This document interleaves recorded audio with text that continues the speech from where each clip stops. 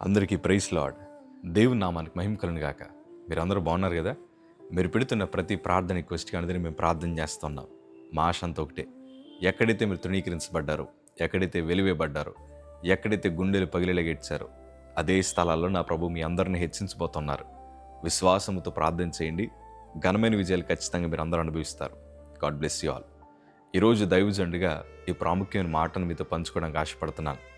ఓర్చుకోండి, ఖచ్చితంగా మీరు గెలుస్తారు. మీ చుట్టూ ఎలాంటి క్లిష్టమైన పరిస్థితులున్నా మీరు ఓర్చుకోవడం నేర్చుకోగలిగితే గొప్ప విజయాలు, అంటే ఎన్నడూ మీ కలలో కూడా ఊహించలేని బలమైన కార్యాలు, విజయాలు నా ప్రభు మీ జీవితంలో ఖచ్చితంగా జరిగిస్తారు.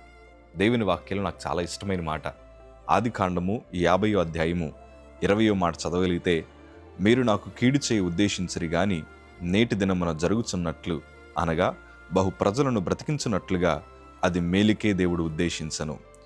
ఏసేబు తన జీవిత అనుభూతి అంటున్నాడు వాళ్ళ అన్నలతో, మీరు నాకు కీడు చేయి ఉద్దేశించరి.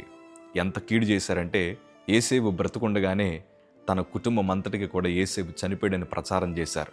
వాళ్ళ అన్నలు ఎంత కుట్ర పన్నారంటే అతన్ని చిల్లరకు అమ్మేశారు, బానిసత్వ బ్రతుకు అమ్మేశారు. పరాయి దేశానికి ఇచ్చేసిన తర్వాత ఇంకా చేతులు దులిపేసుకున్నారు. కానీ ఆ కీడును అంతటినీ ప్రభు మేలుగా మార్చాడు. ఆఖరికి అతడు పనిచేస్తున్న ఇంట్లో కూడా ఏసేబు క్యారెక్టర్ మీద నిందపడింది, అయినా ఓర్చుకున్నాడు. చెరసాలకు వెళ్ళిపోయాడు, అయినా ఓర్చుకున్నాడు. ఒకవైపు కుటుంబము తన పక్షాన లేదు, మరొక వైపు పరాదేశంలో ఏసేబు భుజం తట్టి మేమున్నాము అని ధైర్యపరిచేవారు కూడా ఎవరు లేరు.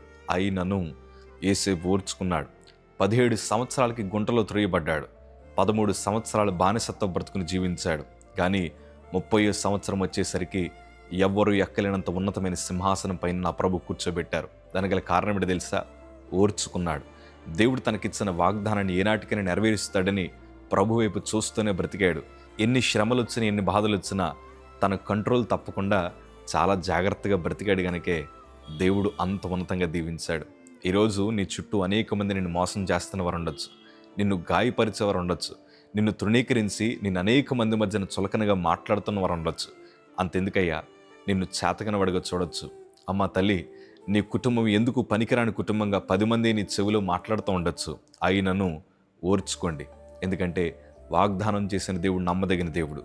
మనమైనా ఇతరులన్న మాటలు మర్చిపోవచ్చేమో కానీ మనం ఆయన కన్నబిడలం కదా. మన తండ్రి ప్రతి ఒక్కటి గుర్తుపెట్టుకుంటాడు. మనుషులు ఎంత కీడు చేస్తున్నారో దానికన్నా రెట్టింపు దీవెనలు నా ప్రభు నీకు ఇవ్వబోతున్నారు. మనుషుల్ని ఎంత గాయపరుస్తున్నారో దానికంటే రెట్టింపు సంతోషాన్ని నా ప్రభు నీకు ఇవ్వాలని ఆశపడుతున్నారు. మనుషులు నిన్ను ఎంత క్రిందకి అనగదొక్కాలని ప్రయత్నం చేస్తున్నారో అంత ఉన్నతమైన సింహాసనాన్ని నా ప్రభు నిన్ను ఎక్కించడానికి ఆశపడుతున్నారు. మీరు ధైర్యంగా ఉండండి. కాకపోతే నేను అంటాను, ఓర్చుకోండి, మాట వదలొద్దు, చేయి చేసుకోవద్దు, జాగ్రత్తగా బ్రతకండి. నేను ఎప్పుడు ఈ మాట చెప్తా ఉంటాను, సంతోషంలో ప్రమాణాలు చేయకండి, బాధలో మాటలు వదిలేయకండి, తొందరపాటు నిర్ణయాలు తీసుకోకండి. ఓర్చుకోవడం నేర్చుకోగలిగితే ఖచ్చితంగా నా ప్రభు మిమ్మల్ని గెలిపించడానికి గొప్ప ప్రణాళికని సిద్ధం చేస్తున్నారు.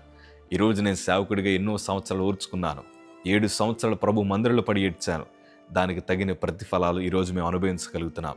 అలాంటి సంతోషము, సమాధానం, విజయం చేత నా ప్రభు మీ అందరినీ నింపుదురుగాక. God bless you.